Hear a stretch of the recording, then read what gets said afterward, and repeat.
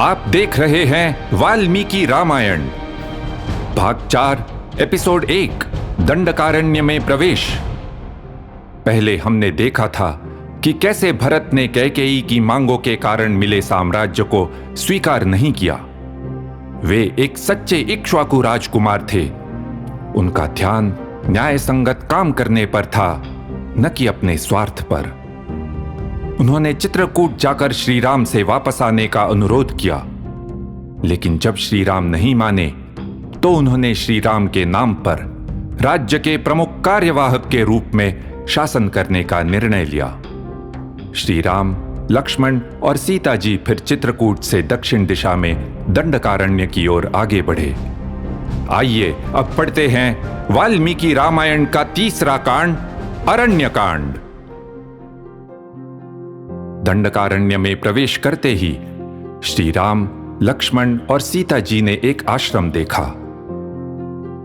तपस्वियों का ये मनोरम निवास शांति और पवित्रता से परिपूर्ण था।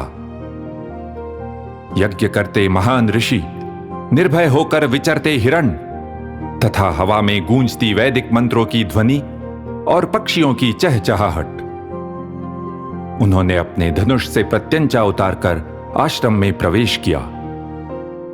विज्जम कृत्वा महद्धनुः। तपस्वियों ने उनका हार्दिक स्वागत किया, फिर यह भी बताया कि शांति का वह वातावरण एक भ्रम मात्र था। वे राक्षसों के आतंक से बुरी तरह त्रस्त थे और उन्होंने श्री राम को याद दिलाया, चाहे आप नगर में रहें या वन में, आप हमारे राजा हैं और आपको हमारी रक्षा करनी चाहिए। अरण्यकांड के पहले ही सर्ग में वाल्मीकि जी ने इस तीसरे कांड की रूपरेखा तैयार की है। श्री राम द्वारा राक्षसों से दंडकारण्य के निवासियों की रक्षा करना, अत्याचार के विरुद्ध खड़े होना, पर इसके लिए भारी कीमत भी चुकाना। उस आश्रम में एक रात बिताने के बाद वे अगले दिन गहन वन में भीतर गए। जैसे जैसे वे आगे बढ़े, उन्होंने विनाश के कुछ संकेत देखे। टूटी हुई शाखाएं, जमीन पर अस्त व्यस्त पड़ी लताएं। अचानक एक विशाल क्रूर राक्षस दहाड़ता हुआ उनके सामने आया। उसने खून और मांस से सनी हुई बाघ की खाल पहनी हुई थी। उसके पास एक नुकीला भाला था जिस पर जानवरों के सिर लटके हुए थे। उसने झपट कर सीता जी को दबोच लिया और फिर पीछे हटते हुए अपना इरादा स्पष्ट किया। इयन्नारी वरारोहा मम भार्या भविष्यति, युवयोः पापयोश्चाहं पास्यामि रुधिरं वृधे। ये सुंदर स्त्री अब मेरी पत्नी होगी और मैं तुम दोनों पापियों को मारकर तुम्हारा खून पी जाऊंगा। मेरा नाम विराध है और मैं तपस्वियों का भक्षण करता हुआ वन में विचरता रहता हूं। सीता जी डर से कांप रही थी। विराध के चंगुल में फंसी भयभीत सीता जी को देखना भी श्री राम के लिए असहनीय था। परस्पर्शात् तु वैदेह्या न दुःखतरमस्ति मे, पितुर्विनाशात् सौमित्रे स्वराज्य हरणात् तथा। लक्ष्मण, सीता का कोई अवांछित स्पर्श करे, इससे बढ़कर दुख की बात मेरे लिए दूसरी कोई नहीं है। इतना दुख मुझे न तो पिताजी की मृत्यु पर हुआ था और न ही साम्राज्य खोने पर। श्री राम और लक्ष्मण ने विराट पर बाणों की बौछार की, जिससे वो घायल हो गया और सीता जी उसकी पकड़ से छूट गईं। क्रोधित विराट ने पलटवार करने के लिए अपना भाला उठाया, लेकिन श्री राम ने बाणों से उसे तोड़ दिया। तब वो राक्षस उन दोनों से सीधे ही भिड़ गया। वो इतना विशाल और बलशाली था कि उसने श्री राम और लक्ष्मण को बालकों के समान ऊपर उठा लिया। अब मल्ल युद्ध शुरू हुआ। विराट उन्हें वन में भीतर ले जा रहा था। श्री राम और लक्ष्मण उसका बल समझकर कुछ कदम पीछे हटे। सीता जी को लगा कि वे हार रहे हैं और वे चिल्लाने लगीं, उच्चैः स्वरेण चुक्रोश।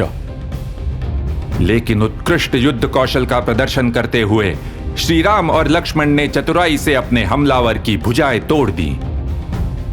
फिर उन्होंने उस पर मुक्कों और लातों की बौछार की और उसे भूमि पर पटकने लगे और अंत में उन्होंने उसे मारकर भूमि में गाड़ दिया। रोचक बात यह है कि अपने अंतिम क्षणों में विराट ने यह बताया कि वो पूर्व काल में राक्षस नहीं था।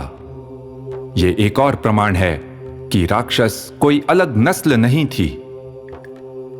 तो फिर राक्षस थे कौन? अरण्यकांड में हम और भी कई राक्षसों से मिलेंगे। वे प्रसंग हमें राक्षसों का और परिचय देंगे। बताओ, विराट के साथ हुई इस मुठभेड़ से हमने क्या जाना? हमने जाना कि यदि राक्षस कुछ पाना चाहते तो सही या गलत का विचार नहीं करते थे। इस प्रसंग में विराट सीता जी को चाहता था, इसलिए उसने उन्हें दबोच लिया। राक्षस शारीरिक रूप से बहुत शक्तिशाली थे और वन में रहने वाले तपस्वियों को मारते थे। इतना ही नहीं, वे उन्हें खा भी जाते थे। वे नरभक्षी थे। लेकिन क्या सचमुच राक्षस ऐसे ही थे? हो सकता है उनकी दृष्टि से कुछ बातें अलग नजर आए। यह बहुत अच्छा प्रश्न है और यह समझना आवश्यक है कि हम जो पढ़ रहे हैं वह केवल विजेता पक्ष का दृष्टिकोण नहीं है। हमने भाग 1 के 6ठे एपिसोड में देखा था कि वाल्मीकि जी राजा का गुणगान करने वाले कोई राजकवि नहीं थे। वे एक महर्षि थे।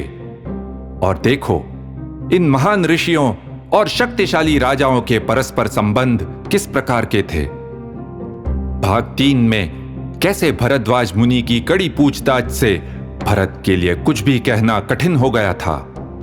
भाग 1 में ऋषि विश्वामित्र दशरथ जी से मिलने उनकी राजसभा में गए थे। याद करें, राजा दशरथ कैसे विश्वामित्र के क्रोध से भयभीत हो गए थे। और याद है जब दशरथ जी शिकार करने गए थे और उन्होंने अनजाने में एक तपस्वी पर बाण चला दिया था। हमने देखा कि साधना के पुण्य पथ पर चलने वाले किसी भी व्यक्ति के विरुद्ध हिंसा को कितना गंभीर दुष्कर्म माना जाता था। और यहां भी देखो कैसे श्री राम ने आश्रम में प्रवेश करने से पहले अपने धनुष की प्रत्यंचा उतार दी थी। स्पष्ट है कि वाल्मीकि जैसे महर्षि राजाओं के आदेश पर नहीं चलते थे। हमें यह नहीं भूलना चाहिए कि हम घटनाओं का निष्पक्ष विवरण वाल्मीकि जी से सुन रहे हैं। हाँ, ये इतिहास है।